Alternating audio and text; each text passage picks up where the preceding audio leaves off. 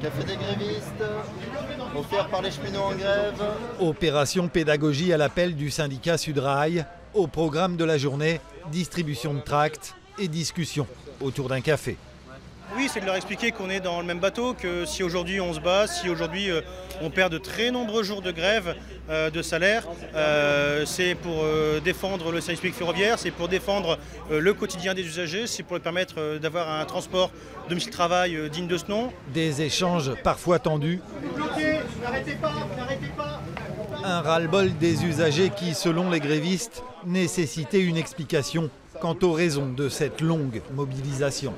Forcément, il y a des gens qui sont en colère, ils en ont marre, quasiment 3 mois de grève, où ils sont impactés tous les jours, ils sont forcément en colère.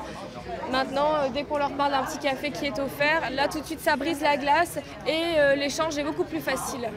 Des cheminots grévistes qui ont aussi leurs supporters, des usagers inquiets quant à l'avenir du service public ferroviaire. Je prends le train tous les jours. J'ai peur que plus tard, avec l'ouverture de la privatisation, seules les grandes lignes soient conservées. Et en tout cas, je soutiens à 100% leur combat.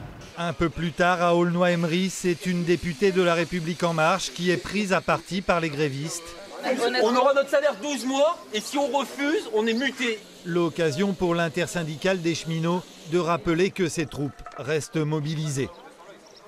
On est déterminé à obtenir le retrait du pacte ferroviaire et on emploiera tous les moyens à notre disposition pour obtenir ce retrait. Et s'il faut passer par des grèves pendant les vacances, on fera des grèves pendant les vacances.